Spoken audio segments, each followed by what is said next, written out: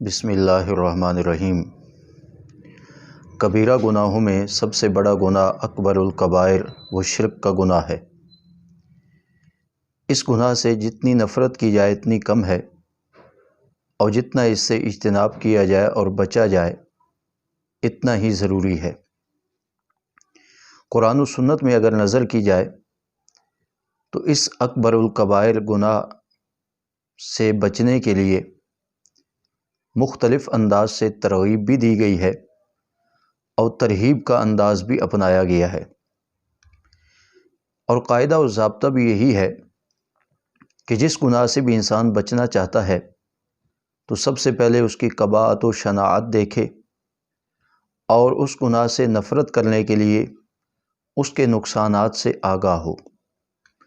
اگر ہم اس اکبر الکبائر گناہ شرک کی بابت قرآن کریم میں نظر کریں تو قرآن کریم نے اس کے نقصانات اور اس کی قباحت و شناعت مختلف انداز سے واضح فرما دی ہے۔ سورہ النساء میں مذکور ہے، ان اللہ لا یغفر ان یشرک بہ ویغفر ما دون ذلک لمن یشاء۔ فرمایا اللہ رب ذوالجلال شرک والا گناہ معاف نہیں فرمائیں گے، اور اس کے علاوہ جتنے گناہ ہوئے وہ اللہ رب ذوالجلال اگر چاہیں گے تو معاف فرما دیں گے۔ اس آیت کریمہ کے ضمن میں علماء نے لکھا ہے کہ اگر کوئی شخص بلا توبہ مر گیا اور اس کے نامہ اعمال میں شرک والا گناہ ہوا تو کل محشر کے دن اس گناہ کی سزا بھگتنے کے باوجود، سزا اللہ رب ذوالجلال کی طرف سے دیے جانے کے باوجود اس گناہ شرک والے کی معافی نہیں ہوگی۔ وَيَغْفِرُ مَا دُونَ ذَلِكَ لِمَن يَشَاءُ، اور اس کے علاوہ جتنے گناہ ہوئے وہ اللہ کی مشیت پر موقوف ہیں، اگر اللہ رب ذوالجلال چاہے گا تو معاف فرما دے گا۔ اس سے آپ اندازہ لگائیے کہ یہ کتنا بڑا گناہ ہے اور اس کا کتنا بڑا نقصان ہے کہ اگر انسان کے نامہ اعمال میں ہوا تو معاشر کے دن اس کی سزا مل جانے کے باوجود اس کی معافی نہیں ہوگی۔ اور اسی طریقے سے قرآن کریم میں اس شرک والے گناہ کو ظلم عظیم سے بھی تعبیر کیا گیا ہے۔ سورہ لقمان میں حضرت لقمان حکیم کی اپنے بیٹے کو جو پہلی نصیحت ہے وہ اسی سے متعلق ہے، یا بنی لا تشرک باللہ ان الشرک لظلم عظیم۔ اے میرے پیارے بیٹے، اللہ کے ساتھ کسی کو شریک نہ بنانا، اور اس کی وجہ یہ بیان کی، فرمایا ان الشرک لظلم عظیم، بے شک شرک بہت بڑا ظلم ہے۔ اسی طریقے سے قرآن کریم میں اللہ رب ذوالجلال نے یہ حقیقت بھی بیان کی ہے، فرمایا جو آدمی شرک میں مبتلا ہوا معاشر کے دن وہ نیکیوں کا انبار لے کر بھی اللہ رب ذوالجلال کے دربار میں پہنچا تو اس کے اعمال کو تولنے کے لیے ترازو تک قائم نہیں کیا جائے گا۔ یہ حقیقت اللہ رب ذوالجلال نے سورۃ الکہف کے بالکل آخری رکوع میں بیان کر دی ہے۔ فرمایا لا نقیم لہم یوم القیامت وزنا، ایسے شخص کے نامہ اعمال میں جو نیکیاں ہوں گی ان کو تولنے کے لیے ہم ترازو تک قائم نہیں کریں گے، اور اس کی وجہ بھی بیان کر دی گئی۔ فرمایا اس شرک والے گناہ کی وجہ سے اس کی تمام نیکیاں اور تمام اعمال حبط اور ضائع ہو گئے۔ یاد رکھیے شرک کی وجہ سے انسان کے تمام نیک اعمال ضائع اور برباد ہو جاتے ہیں اور ان پر ثواب مرتب نہیں ہوتا، اور یہ حقیقت اللہ رب ذوالجلال نے سورہ زمر میں اس انداز سے پیش کی ہے